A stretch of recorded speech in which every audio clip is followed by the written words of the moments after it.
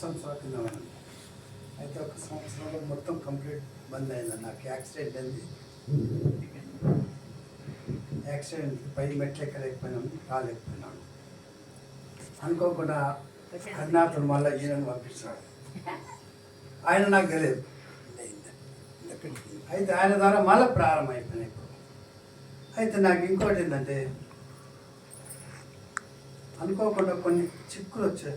ఇదిగా చిక్కులు తర్వాత వచ్చాయి. కానీ ఏంటంటే ఎక్కడ కూడా నేను వారం రోజులు కంటిన్యూగా ఎక్కడ భజన లోపల సప్తాహంలో ఉండలే.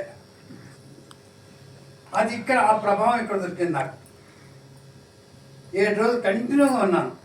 ఒక్కరోజు ఏదో కొద్దిగా ఫరక్ ఉన్నది, రాగిన 7 రోజులు కంటిన్యూ.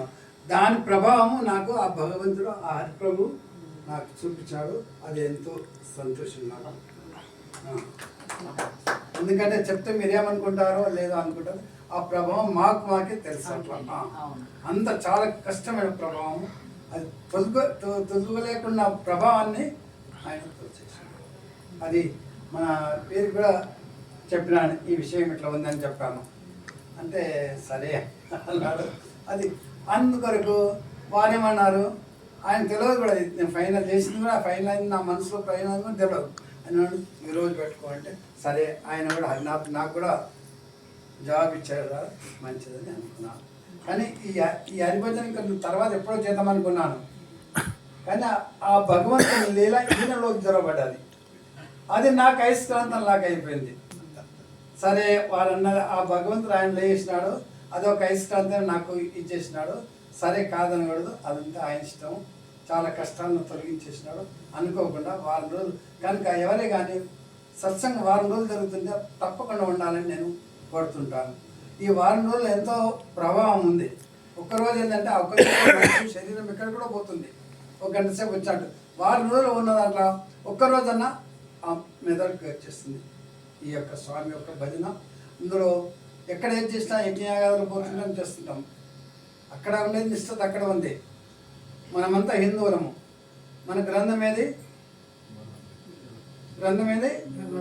భగవద్గీత. దానికన్నా మొదలు వేదం. మొట్టమొదటి ప్రారంభమైంది వేదం. భగవానుడు వేదాన్ని, ఓంకారం తర్వాత వేదాన్ని. అయితే అటువంటి యొక్క వేద మంత్రాలతో మేము యజ్ఞం చేస్తూ ఉంటాం. అయినా ఇక్కడ ఏంటంటే అక్కడ యజ్ఞం చేస్తాం, అయిపోతే యజ్ఞం ఒక రకంగా, అదొక రకంగా. ఇదొకటి ఏంటంటే జపంతో తయారవుతుంది. శరీరంలో ఒక ఇంజన్ నడుస్తుంది అంటుంది, అన్ని పరికరాలు నడుస్తుంటాయి. అది నడిస్తే ఇంజన్ నడుస్తుంది. అట్లా మన శరీరంలో ఉన్న అవయవాలు మొత్తము, ఇంద్రియాలు మొత్తం, నరాలన్నీ కూడా ఈ యొక్క భజనతోటి చాలా జరుగుతుంది. అందుకొరకు నేను చాలా సంతోషపడ్డాను. ఈ కార్యక్రమం చాలా ఏం చెప్పాలని నాకు చెప్పలేకపోతున్నాను. ఎంత చేత కాకుండా కానీ రావాలని మెట్లెక్కాను అక్కడికి. ఈయన మా చిన్న ఆయన గారు, ఆయన చెప్పాను. ఆయన మా నాయన 5లో ఆయన లాస్ట్. అయితే ఆయన చెప్పాను, అరే అనుకునేటట్టు వచ్చినట్టు లేదని. అంటే సరే నిన్న ఫోన్ చేశాను, ఇట్లా మన ఇంట్లోనే అయింది, నువ్వు రాని దానికి భగవంతుడు నా దగ్గర పెట్టాడు. అది నీ జుర్మానం నా జుర్మానం నాకు తెలియదని నా మనసులో అనుకున్నాను. అది కరెక్ట్గా మాత్రమే రాని దానికే ఆయన రావాలనుకున్నాను. ఆయన మెట్లెక్కినా వారం రోజులు రాలేడు, ఒక్కరోజు రాగలదు అనుకుంటే